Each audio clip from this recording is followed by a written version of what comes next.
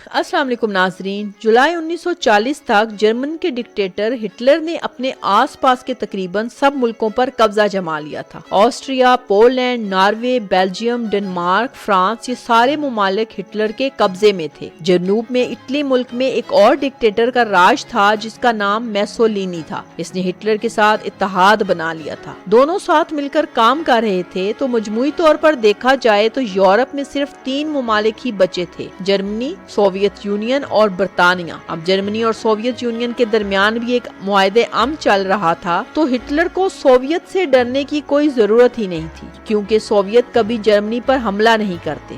اس کا مطلب یہ ہوا کہ برطانیہ اکلوتا ایسا ملک تھا جو جرمنی کی مخالفت کر رہا تھا۔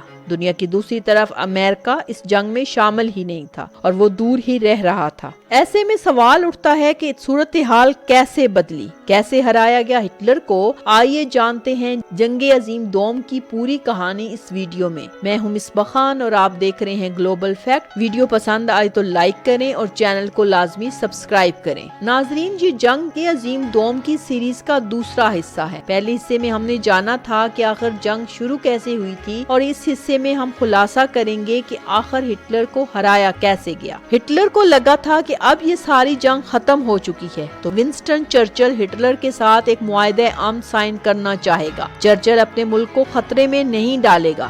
اب جب جرمن فوج اتنی طاقتور ہو چکی ہے، لیکن ہوتا اس کا الٹ ہی ہے۔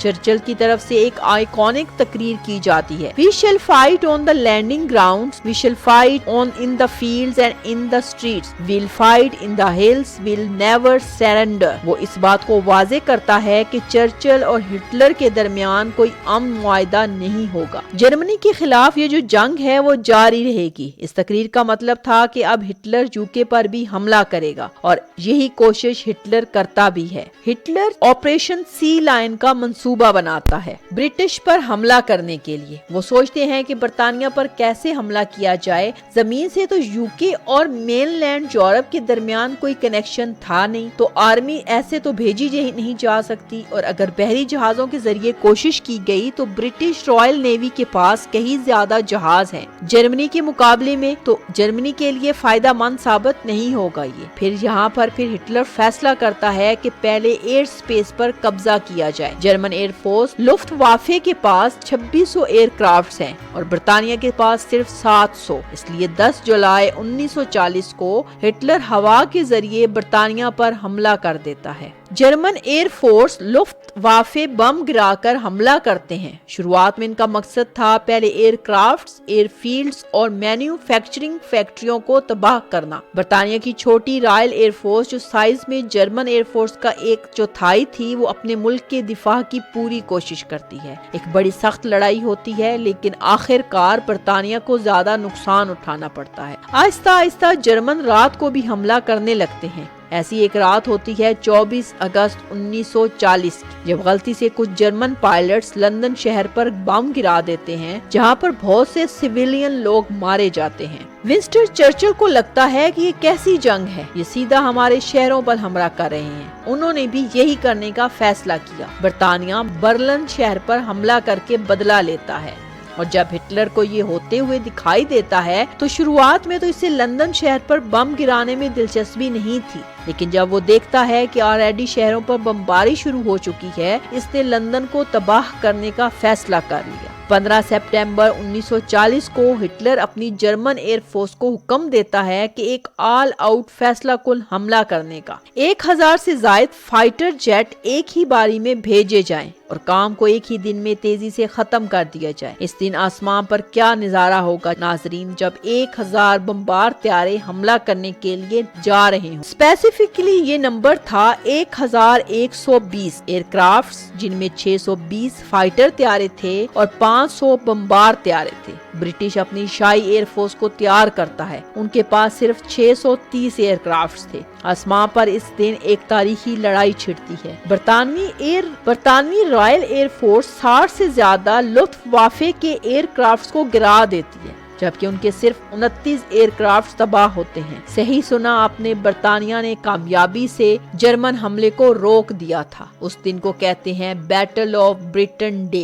इसके पीछे क्या वजह थी, ये सवाल आपके दिमाग में आएगा। जर्मन एयरफोर्स जो इतनी ज्यादा ओवर पावर थी, जिनके पास हवाई जहाजों की तादाद ज्यादा थी, फिर भी वो बरतानवी एयरफोर्स से कैसे हार गए? उसकी एक सादा सी वजह थी नाजरीन कि जब भी कोई मुल्क किसी दूसरे मुल्क पर हमला करता है तो जो हमला आवर है वो कुछ हासिल करना चाहता है, लेकिन दिफा करने वाला मुल्क उसके लिए अपनी बका की जंग है। वो आज हार गए तो उनके पास रहने की कोई जगह नहीं बचेगी। सिपाहियों की मोटिवेशन में एक बहुत बड़ा फर्क दिखाई देता है। ये battle of Britain day Hitler के लिए पहली बड़ी हार थी। पहली बार जंगे अजीम दोम में हिटलर को एक हार का सामना करना पड़ा था। हिटलर को पता था कि इस मिशन की कामयाबी के चांसेस कम थे, चुनाचे ऑपरेशन सी लाइन को मुलतवी करना पड़ा और हिटलर यूके से अपनी नजर हटाकर सोवियत यूनियन पर नजर डालता है। दिलचस्प बात ये है, हिटलर को बर्तानिया को फतह करने में ज्यादा दिलचस्पी थी ही नहीं। हिटलर दरहकीकत बर्तानिया के साथ मुआहदे अमन करना चाहता था। उसे लगता है कि क्यों ना सोवियत यूनियन पर नजर डाली जाए, इसे हराया जाए, और जब ऐसा हो जाएगा तो बर्तानिया खुद ब खुद खौफजदा होकर मुआहदे अमन करेगा। लेकिन सोवियत यूनियन पर हमला क्यों करता जब उनके साथ तो पहले ही मुआहदे अमन साइन किया जा चुका था? इसके पीछे असल वजह थी नाजरीन हिटलर की आइडियोलॉजी। इसे कम्युनिस्ट लोगों से सख्त नफरत थी। इसके अलावा इसे लगता था कि सोवियत यूनियन जितने बड़े मुल्क पर अगर कब्जा जमा लिया जाएगा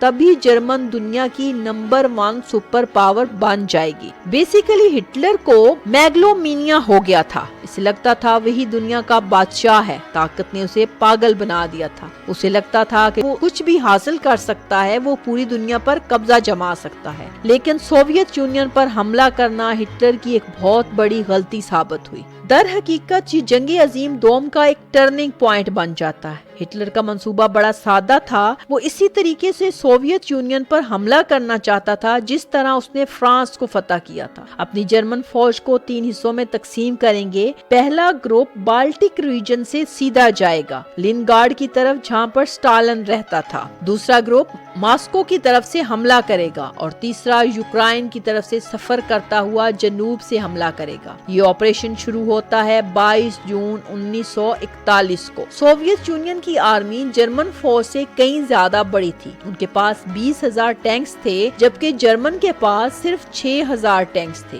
लेकिन एक बहुत बड़ा फर्क था कि जर्मनों की टेक्नोलॉजी सोवियत यूनियन से कहीं ज्यादा थी, इसलिए इस लड़ाई में अपर हैंड हिटलर को ही हासिल था। अपने मुल्क को बचाने के लिए सोवियत यूनियन बर्तानिया के साथ मिलकर अलाइड पावर्स का हिस्सा बन जाती है। साथ मिलकर मंसूबा बनाया जाता है कि कैसे सोवियत यूनियन को सप्लाई भेजी जाए। ईरान की तरफ से एक रूट का फैसला किया जाता है, लेकिन मसला ये था कि ईरान की जो हुकूमत थी वो हिटलर की हामी थी, इसलिए यूके और सोवियत यूनियन मिलकर ईरान पर हमला करते हैं। फायदा ज्यादा होता नहीं, क्योंकि हिटलर की स्ट्रेटजी की मदद से जर्मन फौज सिर्फ 2 दिन के अंदर अंदर 100 किलोमीटर अंदर घुसकर सोवियत यूनियन के बड़े इलाके पर कब्जा जमा लेती है। कुछ ही हफ्तों के अंदर वो इतना आगे बढ़ जाते हैं कि ये सिर्फ मॉस्को से सिर्फ 300 किलोमीटर दूर रह जाते हैं। उस वक्त तक हिटलर और उसके फौजी कमांडर्स के दरमियान कुछ इख्तलाफात हो जाते हैं, जिसकी वजह से अगला जर्मन एडवांस अक्टूबर तक मुलतवी हो जाता है। ठंड बढ़ने लगती है। ठंडे मौसम में सोवियत को एडवांटेज हासिल था। इन्हें आदत थी ठंडे मौसम में लड़ने की। दूसरी तरफ जापान की तरफ देखा जाए तो सोवियत यूनियन को दूसरा एडवांटेज मिलता है। जापान और सोवियत एक नॉन अग्रेशन मुआहदा साइन करते हैं। इसका मतलब ये है कि जो सोवियत आर्मी के दस्ते मशरकी बॉर्डर पर जापानी फौज के साथ लड़ रहे थे, वो अब वापस आकर मगरब में जर्मन के खिलाफ अपने मुल्क के दिफा के लिए लड़ सकते थे। दिसंबर 1941 में कहानी में एक और ट्विस्ट आता है और अचानक से जापान जाकर अमेरिका के पर्ल हार्बर के बेस पर हमला कर देता है, वो भी बिना किसी इश्ताल अंगेजी के। 2300 से ज्यादा अमेरिकी फौजी मारे जाते हैं। अमेरिका इस वक्त तक दूसरी जंग अजीम में शामिल नहीं होना चाहता था। यूरोप में अभी तक जो कुछ हुआ था अमेरिका ने ने कहा था कि वो मेरा प्रॉब्लम ही नहीं है, मैं इसमें शामिल नहीं होना चाहता। जंग अजीम अव्वल में बहुत हो गया, लेकिन जब पर्ल हार्बर पर बमबारी होती है तो अमेरिका कहता है बस बहुत हो गया, और अमेरिका ऑफिशियली जापान के खिलाफ जंग का ऐलान कर देता है और जंग अजीम में शामिल हो जाता है। अमेरिका अलाइड फोर्सेस के साथ शामिल होता है, जिसमें यूके, चीन और सोवियत यूनियन जैसे बड़े बड़े मुमालिक शामिल थे। अमेरिका यहाँ जंग की तैयारी के लिए कुछ महीनों का वक्त लेता है। तब तक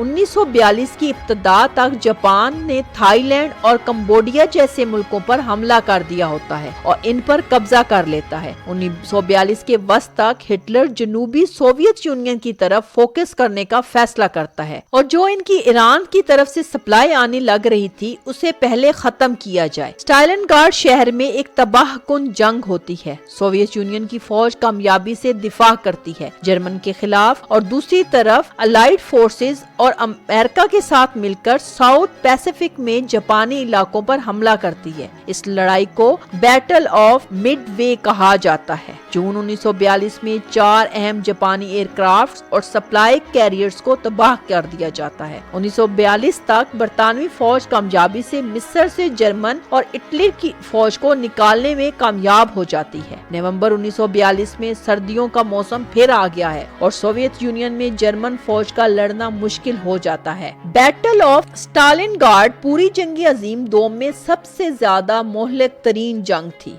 और आखिरकार सोवियत यूनियन की आर्मी कामयाब हो जाती है। स्टालिनग्राड शहर में मौजूद 3 लाख जर्मन फौजियों को घेर लिया जाता है और ये लोग फरवरी 1943 में घुटने टेक देते हैं। ये जंग अजीम दोम का सबसे बड़ा टर्निंग पॉइंट होता है। कुछ महीने बाद जुलाई 1943 में इटली की आवाम अपने डिक्टेटर मेसोलिनी को धक्के मारकर बाहर निकाल देती है और मेसोलिनी को एक गांव में रहने वाला आम इटालियन कत्ल कर देता है। इटली में एक नई हुकूमत बनती है और ये हुकूमत अलाइड फोर्सेस के साथ लड़ाई बंद करने का फैसला करती है। नवंबर 1943 में स्टालिन, रूजवेल्ट और चर्चिल तीनों तेहरान में मिलते हैं किस तरह जंग अजीम दोम को खत्म किया जाए। 6 जून 1944 एक और तारीखी दिन जिसे डी डे कहा जाता है। इस दिन अलाइड फोर्सेस एक खौफनाक ऑपरेशन शुरू करती हैं जमीन पर उतरने का। तकरीबन 1.5 लाख सिपाही फ्रांस में मौजूद साहिलों पर उतरते हैं। यहाँ पर ये फ्रांस की आजादी के लिए जर्मनों के खिलाफ जमीनी जंग लड़ते हैं। हिटलर के लिए ये बड़ी खतरनाक सूरत हाल थी, इसलिए हिटलर फैसला करता है कि ईस्टर्न फ्रंट से आर्मी को पीछे किया जाए और सारा काउंटर अटैक मगरब से आने वाली अलाइड फोर्सेस पर किया जाए। जैसे हिटलर ने सोवियत यूनियन से अपनी आर्मी पीछे हटाई तो सोवियत यूनियन से एक बड़ा काउंटर अटैक देखने को मिला। सिर्फ 2 महीनों के अंदर अंदर उन्होंने जर्मनों से 600 किलोमीटर जमीन वापस ले ली। दूसरी तरफ अलाइड फोर्सेस फ्रांस में जनूब से भी उतरती हैं। दूसरी तरफ एक के बाद एक मुल्क आजादी हासिल करता है और हिटलर की फौज को बाहर उठाकर फेंका जाता है। अब 3 अतराफ से जर्मनी पर हमला किया जा रहा था। हिटलर अपना आखिरी मेजर ऑफेंसिव प्लान करता है, कहा जाता है the battle of bulge. Germany के अंदर फॉर्मली हमला करने वाला पहला अलाइड फोर्सेस जर्मनी के शहरों पर जबरदस्त एरियल बम्बिंग करती है। फरवरी 1945 में क्रीमिया में एक कॉन्फ्रेंस मुनक्किद की जाती है जिसमें ऐलान किया जाता है कि जो भी मुल्क जर्मनी के खिलाफ जंग का ऐलान करेगा वो जर्मनी पर हमला करने के लिए अलाइड फोर्सेस को ज्वाइन कर सकता है। वेनेजुएला, यूरुग्वाय, तुर्की, मिस्र, सऊदी अरब, शाम, लेबनान, पैराग्वाय सब मुमालिक जर्मनी के खिलाफ जंग का ऐलान कर देते हैं। जंग अजीम के 2 आखिरी 4 महीने सबसे ज्यादा दर्दनाक थे। हर रोज तकरीबन 30,000 लोग मारे जा रहे थे। जैसे जैसे अलाइड फोर्सेस आगे बढ़ती हैं, इन्हें पता चलता है कि हिटलर के कंसंट्रेशन कैंप के बारे में। यहाँ पर लाखों यहूदियों को कत्ल किया गया था। अलाइड फोर्सेस जर्मन शहरों पर बमबारी जारी रखते हैं। हालांकि बाद में इसको तनकीद का निशाना भी बनाया गया कि जर्मन शहरों पर बमबारी करके बेगुनाह लोगों को मारना गैर जरूरी था। बहुत से शहर बुरी तरह से चिकनाचूर हो गए। कहा जाता है कि जमीनी रास्ते से जाकर हिटलर को खत्म किया जा सकता था तो इसकी क्या जरूरत थी। इस वक्त तक वाज़ेह था कि हिटलर यहाँ पर हार चुका था। آخر جا کر مئی 1945 میں سوویت آرمی برلن شہر کو گھیر لیتی ہے۔ اس سے ٹھیک 2 دن پہلے 30 اپریل 1945 کو ہٹلر خودکشی کر لیتا ہے۔ 8 مئی 1945 کو جرمنی شکست تسلیم کر لیتا ہے۔ جرمن علاقوں کو تقسیم کر دیا جاتا ہے۔ مشرقی اور مغربی جرمنی کا قیام عمل میں آتا ہے۔ مشرقی جرمنی کے بڑے حصے میں ایک نیا ملک پولینڈ بنتا ہے اور بہت سے ممالک کے بارڈر دوبارہ ڈرا کیے جاتے ہیں۔ جرمنی میں جب نئی حکومت بنتی ہے تو فرانس کے ساتھ ہاتھ ملاتی ہے۔ صدیوں پرانی دشمنی کا آخرکار خاتمہ ہو جاتا ہے اور پھر ان کے درمیان تجارت شروع ہوتی ہے، جس میں آہستہ آہستہ اٹلی اور برطانیہ بھی شامل ہو جاتے ہیں۔ تجارت کو اگلے سٹیپ تک لے جایا جاتا ہے اور سال 2000 میں یورپی یونین کی تشکیل ہوتی ہے، ایک ایسی تنظیم جس نے پوری یورپی ممالک کے سارے بارڈر ختم کر دی ہیں، اور اسی تنظیم کی وجہ سے پھر جنگ عظیم دوم جیسی کوئی جنگ بھی نہیں ہوتی۔ اکتوبر 1945 میں اقوام متحدہ کا قیام بھی عمل میں آتا ہے، اور اس بات کو یقینی بنانے کے لیے کہ دنیا بھر میں پھر کوئی عالمی جنگ نہ ہو۔ اس کے بعد ورلڈ بینک، IMF اور نیٹو کا فریم ورک بھی بنایا جاتا ہے۔ یہاں ایک دلچسپ حقیقت ہے کہ جنگ عظیم دوم جرمنی کے سرنڈر کرنے کے بعد بھی ختم نہیں ہوتی۔ جاپان اس کے بعد بھی ہار ماننے میں 2 مہینے لگا دیتا ہے۔ جولائی 1945 میں جاپان کو وارننگ دی جاتی ہے کہ وہ سرنڈر کر دے، لیکن وہ نظر انداز کر دیتا ہے، جس کے بعد امریکہ ہیروشیما اور ناگاساکی پر ایٹم بم گراتا ہے، اور پھر اس کے بعد اس خونی جنگ کا خاتمہ ہو جاتا ہے۔ اور اس کے ساتھ ہی ہماری آج کی ویڈیو کا اختتام ہوتا ہے۔ ویڈیو پسند آئی تو لائک کریں، چینل کو سبسکرائب کریں اور بیل آئیکن لازمی پریس کریں۔